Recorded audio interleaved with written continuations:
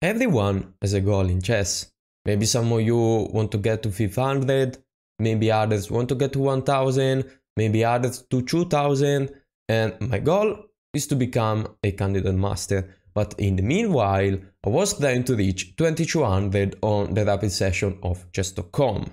As you already know, because I reached 2200 in live, I managed to do that, and as you can see, in fact, this is my Eto rating, but before reaching it, it took me a lot of time, and with a lot of time, I show you how much. So as you can see, these are my progress in this year, so it's not my all-time progress. You can see that on February, I was rated around 19, 1800, as you can see, and I got to 2000, and I pretty much consistently got to that rating around March, as you can see. And after that, I kept being around 2000 rated, and on April, I reached 2100. Although, it happens that Sunday you play much better. In fact, during this period, I wasn't able to reach 2100 again. And in fact, as we go on, you can see that I reached 2100 just a month later, but I really became to be stable at 2100 level some months later, pretty much around there. So pretty much at September. At September, as you can see, I was around 2100 level.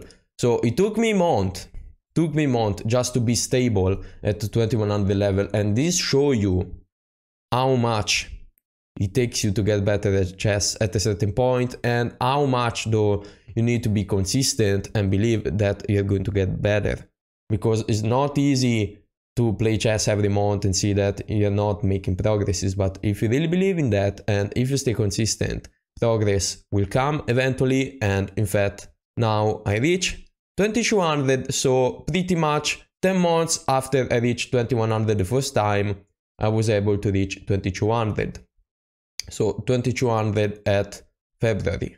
Now, if you're wondering why I was really low rated now, it's because I started playing on Lichess and I wasn't really playing on chess.com. But then I saw that I was getting better, so I was like, okay, let's see if I'm getting better on chess.com too. And yeah, I'm getting better. But obviously, if you want to reach 2200, you need to challenge someone who is pretty high rated. And I got to challenge a player rated 2262, which is pretty high. He is a pretty scrum player. I was playing live, I was really anxious, so it's not going to be the best game of my life, but it's going to be a really interesting game, and at the end I'm going to show you my reaction live. During this game I was rated 2192, so if I win this game I gain 10 points, and I managed to reach 2200, so let's see how it goes. So I play e4, you know me, I'm an e4 player, I don't play d4 against them players because I'm going to get destroyed. Don't like playing e4, I just play e4 against viewers sometimes, but I usually stick with e4. And they play the Sicilian. Now, as I said, I'm planning to learn the Open Sicilian. Usually I play the Open Sicilian now, even against them players, but this was a really important game for me, so I wanted to play my best and play the Closed Sicilian because I know the Closed Sicilian much more. And now he plays e6 and I play g3. And this is different. By the way, I made a video some day ago where I played the Closed Sicilian against the FIDE Master and I won. But in that case, he played knight on c6, giving me bishop on b5, which I said, yes, is the main move, but that really helps white. Playing this way though, if I play bishop b5 doesn't make any sense. I mean, I just have to go away, I don't have a target. So I need to develop the bishop on this side, which is, I think, for white, a slightly worse version of the Closed Sicilian. And I mean, this is the traditional Closed Sicilian. I don't really love closed things, but you know, this can be kinda mad. At a certain point you could actually play f4, g4, so it's not bad at all. Could be pretty aggressive too. So now, I mean, we are playing logical moves. He wants to think to the bishop. I play d3 in order to consolidate my position. My plan is to play knight on d2, short castle, and f4. So he plays this, knight on e2, which is still theory by the way, now castle, and I'm going to play f4. Beautiful. Now, computer is saying this is inaccurate, that's not true at all. It's actually theory, and I think it says it's inaccurate because it's not such a strong computer. In fact, I see that it's Stockfish 11. It's not going to be the best computer analyzer in the world, but whatever. Probably better than me, I would say.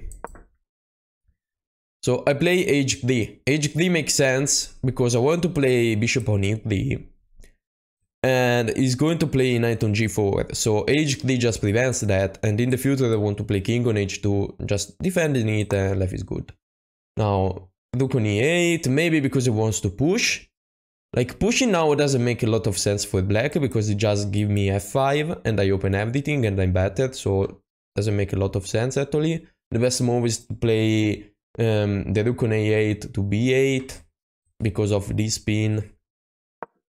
But yeah, I developed the bishop. I think it's a pretty reasonable move, and now he plays this. Rook on b1, it's a pretty good move because you want to defend this pawn. I think you might also give the pawn. Playing queen on d2, he says you can do that, but I don't know, maybe defending the pawn is just a clever thing to do. You don't want to complicate the position too much. Now, gets in with the knight. Yeah, I wasn't so sure about this move. I think getting in with the knight at this point is too fast. You should wait, because I already have a lot of guys that are controlling this square. So I was a little bit suspicious about that, but in this position I played king on h2. King on h2, just getting away from every pin, because then I want to take and I'm safe. Although in this position I had b4. In fact, I thought I had something, but I wasn't able to see this. I have b4, and if you take, I mean, you lose a piece, so you need to be pretty careful. The best move is actually taking the knight, but otherwise, don't really know. If you move the queen from this diagonal, you lose a pawn. You can't take with the queen, obviously, so yeah, pretty much this is what you're supposed to do. If you play queen on c7, which says the second best move, I just win material. Doesn't make any sense. So yeah, I missed. I wouldn't say a winning move, but probably close to that, which is unfortunate. King on h2, and now he plays e5. Now, apparently he had a much better move, which is a5. a5 because you want to stop b4, but apparently none of us saw b4, so it's not even a problem. Yeah, now I have f5. If you play this, f5 makes a lot of sense because you want to open everything. Although, I didn't do that because I was like, if I play f5, let's say take, and he can take because he's defended more times. Now, if I take with the bishop, I need to move the knight. And if I take with the knight, I just lose a piece. So I thought this move wasn't playable, but sometimes it is, and that's a mistake that I usually do in this position, which is not playing f5. f5 sometimes is playable, so let's say I play f5, let's say what happens if I take? I take back.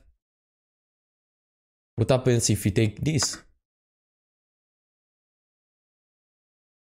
So bishop g5, and apparently I am much better. d5. Black is up a pawn as a risk on center, but I think the king side is really weak, and I have a way, to beat him somehow. Somehow, that still don't know. Yeah, knight on g3, and maybe I get him with the queen. It's complicated, but yeah. I will play this. Maybe next time I'm going to play this, because obviously white has a huge advantage. It's not like, I don't know, I'm not sure about this move. It's like almost plus the advantage, so I need to play f5, obviously. But in this position I decided to take. Okay, and he takes back, and I play bishop on g5. Bishop on g5 in my mind makes sense, because I might threaten to take in the future. If he moves the queen, you know, this falls.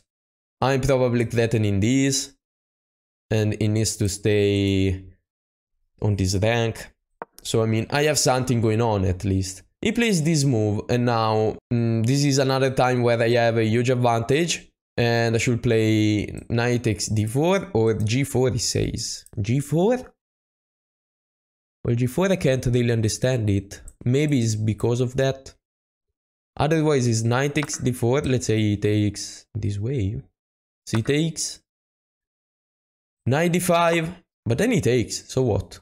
Knight take, I take, rook move, rook e8, okay, fair enough. And where is my advantage? Just have a stupid pawn. c4? Take, take, and then I push, and I have a strong center. I mean, sort of this combination where you have a strong center. This is not easy at all to see, honestly. So yeah, I don't think I will play something like this in a game because I wouldn't see all of that.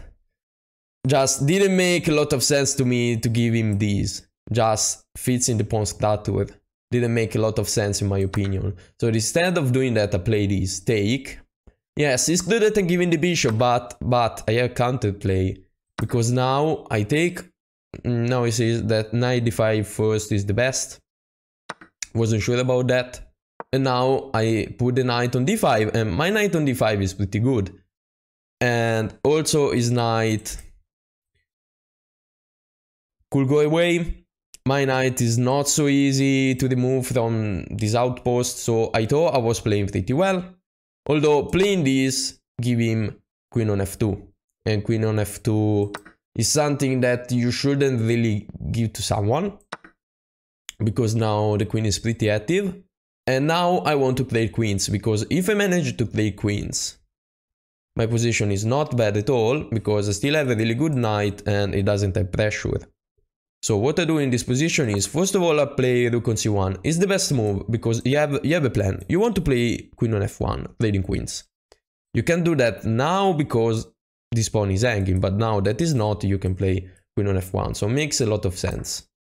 He played this attacking the knight, and I still go for this, because I calculated correctly that after he take, and he take my knight, which is not the best move, I take back. It's good that this pawn is kinda weak, but this is an opposite color bishop. So even if I lose this pawn, and maybe also another, this is a draw. Opposite color bishop are 99% of the time draw. Now that we also have the same material, there is no way you can lose these, if you play decently at least. But they are pretty easy to draw, because there isn't too much you can do. This bishop c dark square, and this bishop c light square, so I can just stop a pawn with one bishop, and the pawn is going to be stopped forever, because this bishop can't be contested, except if there is a rook. Now, if we play rooks, is absolutely a draw. If rooks are still on the board, there is a chance, and I really want to win. So I'm trying to do something decent. Now I take control of the file, and he moves the bishop. I don't really understand this move. I guess because he wants to play bishop this way, and then maybe move the king and play this. I mean, it's a plan that makes sense, but don't know. I thought maybe he had something better than this. Probably not, because I say it's the best move. Yeah. And now, okay, I play big D. Big D makes sense. I stop in this. It's something that I want to stop, basically. I don't want to give him anything. Although I shouldn't be so scared too, because he's 4 against 4. So he's not going to make a pass pawn. He can make a pass pawn out of this D, but I also have a pass pawn. So I should be fine. Black is better, I think, because this pawn is weak. But how do you even win it? Still is defended by this bishop, again, can't be attacked by this. You can only attack this pawn with the rook, but you don't want to sack the rook. So, I don't know. Okay, this move was inaccurate because I think I give him the control of the file. But apparently it's not only for that, it's that he has bishop on h6 now. But yeah, we play this, and I mean, now it's quite difficult to win. Even though black stand better, okay, black has more space, better pieces, but how do you even win? After he plays this move, now be careful, you can't push obviously. You could wait, but I don't know, maybe he has some tactic that I don't want to allow. I take it, he kinda has to take, okay, you can play this, but I take, doesn't look the most clever thing in the world. He take, and now I just have to be careful about one thing, because the strategy is almost symmetrical to this file, because if he gets in with the rook, I lose. At that point I lose, so that's why I say, if I can't play rooks, it's a draw, like no question asked. But till the rooks are on the board, you need to be careful. So for this reason I play rook on b1, take control of the file. Now you can play rook on b8, but rook on b8 you already know that this is going to be aired, so my opponent is going to win. Now my opponent maybe is going to flag me, although if you paid attention to the time, he had like 4 minutes more than me, and now we are really close. So I might also think about flagging him. That's also a thing, I mean. With rapid you can win in 2 ways, on the position, because you win or your opponent resign, but also in time. Remember that there is no increment, so you need to be careful. And now I play rook on b5, I thought it was a pretty clever move, just putting pressure and threatening rook on a5 too, winning the pawn. Now I could play rook on a5, but then he gets in, and he wins the pawn, so I don't know. Maybe it's not the best thing to do, and I did that. I shouldn't have done that. I know the Stockfish says that it's still a draw, but now the rook gets in.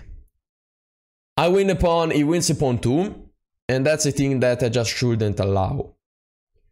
If the rook doesn't get in, no one has something, that's the point. So it makes sense to just keep my rook on this file and be happy. So yeah, he played this, I move the rook, then to pin the bishop, probably, I mean, then to make him waste some time. And now I take the pawn, he gets in. I play rook on a8 because maybe some checks, something like that, and I want to push this pawn. Now, as you can see, black has an advantage now because this rook is really powerful. And again, I shouldn't have allowed this to happen. I should have just waited and just get the draw. But I really wanted to win, so I risked that, but I took a pretty huge risk, which wasn't so clever by me. Yeah, you take the pawn and now I push. Now pushing apparently is losing after rook on h2. Because then he wins also this. The problem of rook on h2 is that it's unstoppable. And I saw it, but I was like, how do I even stop that? I can't, so I just pushed the pawn. And now I give a check and keep pushing the pawn. But he win it. Now black is winning. Black is winning. He also missed a winning chance. Mate in 4? Bishop on g3, mate in 4? Well, we didn't see that. So he take, I move. He check me again. I move again. And he push this pawn. And now let's look at me playing this game live on Twitch some days ago and my reaction after all of this.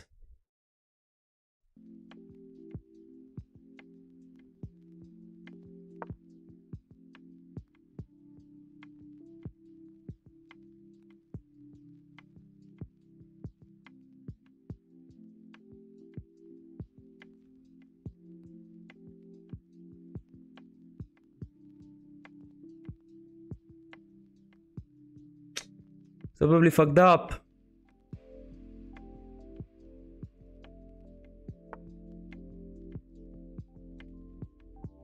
Without probably.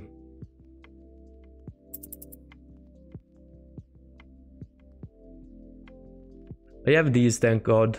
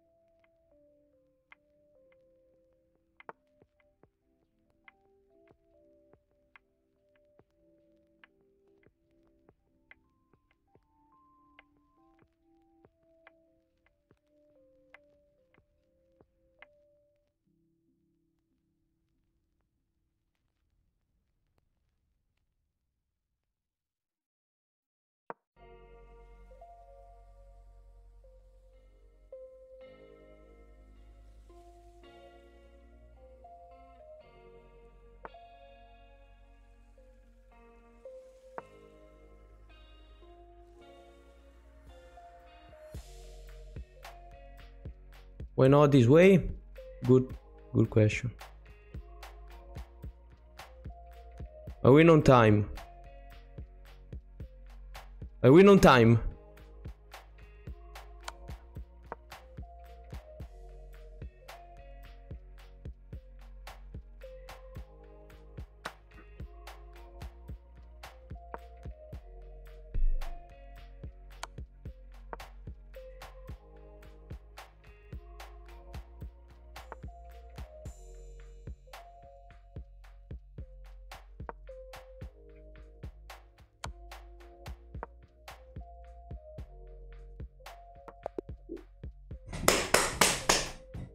$2,200!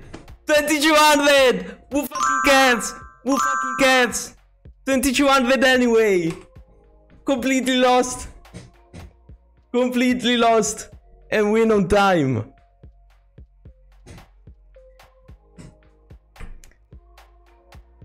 Perfect! Just perfect! Che culo! So yeah, what can I say, guys? I mean, a win is a win, as I said. A win is a win. I'm pretty happy about that. I mean, okay, I won that game on time, but I also won after that games just on the position. So this time I finally decided to be on the 2200 group, okay? And I'm really happy about that. It took me 10 months. But this is a really nice thing because just it motivates me to go on, to keep going and try to reach the CM title, which is my chess goal. Might even try to reach an higher chess goal, but let's think about this before. And in fact, today, the day I'm recording, I have a classical tournament that lasts for 2 days, so I'm going to play today and also tomorrow. So I keep streaming from Monday and I mean making videos from Monday. So wish me good luck. I'm going to play my best and I'm going to post all the videos on the channel. So see you soon, guys, and let's get better together.